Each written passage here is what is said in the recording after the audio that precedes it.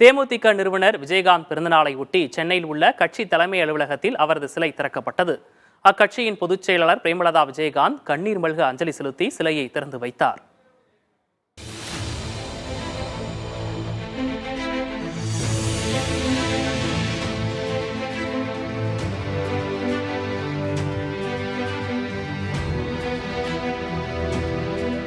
மறைந்த நடிகரும் தேமுதிக தலைவருமான விஜயகாந்தின் 72வது பிறந்த நாள் கட்சியினர் மற்றும் ரசிகர்களால் கொண்டாடப்பட்டது.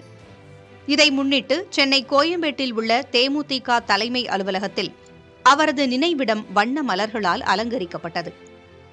நினைவிடத்தில் விஜயகாந்தின் ரசிகர்கள் கண்ணீர் மல்க அஞ்சலி செலுத்தினர். விஜயகாந்தின் நினைவிடத்தில் அக்கட்சியின் பொதுச் செயலாளர் பிரேமலதா விஜயகாந்த் கண்ணீர் மல்க அஞ்சலி செலுத்தினார்.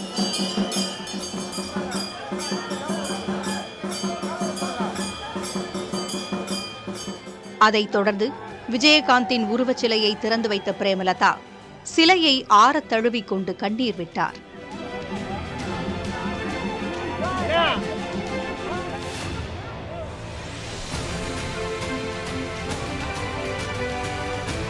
விஜயகாந்தின் மகன்கள் விஜயபிரபாகர், சண்முக பாண்டியன், தேமுதிக துணை பொதுச் செயலாளர் LK சுதீஷ் உள்ளிட்டோரும் சிலைக்கு அஞ்சலி செலுத்தினர்.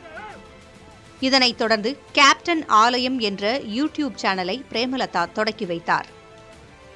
மேலும் விஜயகாந்த் பிறந்த நாள் வறுமை ஒழிப்பு தினமாக கொண்டாடப்படும் என்றும் தேமுதிக சார்பில் அறிவிக்கப்பட்டது. இதனிடையே தொண்டர்களின் கூட்ட நெரிசல் காரணமாக விஜயகாந்தின் மகன் சண்முக பாண்டியன் மயக்கமடைந்தார். உடனடியாக அவர் மருத்துவமனைக்கு கொண்டு செல்லப்பட்டார்.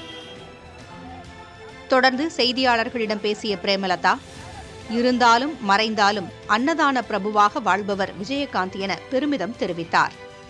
ரேஸ் நடத்துவதற்கான இடங்கள் தனியாக இருக்கின்ற போது நகரின் மையத்தில் கார்பந்தயம் நடத்துவது தேவையற்ற ஒன்று என்றும் பிரேமலதா விமர்சித்தார். கார்பந்தயத்தினால இங்க நமக்கு ஒன்றும் நடக்க போறது கிடையாது. மக்கள் வாழ்வாதாரமே இங்க கேள்விக்குறியா இருக்கு. இன்னைக்கு ரேஷன்லயே ஒழுங்கா பொருள் கிடைக்கலன்னு மக்கள் சொல்லிட்டு இருக்காங்க. கள்ளச்சாராயத்துல ஒரு பக்கம் சாவு, தமிழ்நாடு இன்னைக்கு போதை நாடா மாறிக்கிட்டு இருக்கு. இதையெல்லாம் சரி செய்யணும். ஒரு அரசு கொடுத்த வாக்குறுதிகளை நிறைவேற்றணும். இனி கார்பந்தயம் நடத்துறதுனால யாருக்கு என்ன ஆதாயம்? இதுவரைக்கும் பிஜேபியும் திமுக எலியும் புலியுமா இருந்தாங்க. இப்ப நட்புணர்வோட போறாங்க. அதனால இது நாங்க சொல்ற கருத்து இல்லை, இது மக்கள் சொல்றாங்க. மேபி திமுகவுடைய பி டீம் தான் பிஜேபியா அப்படின்ற ஒரு கருத்து மக்கள் கிட்ட இருக்கு. இதை தெளிவுபடுத்த வேண்டியது அவங்க ரெண்டு பேரும் தான்.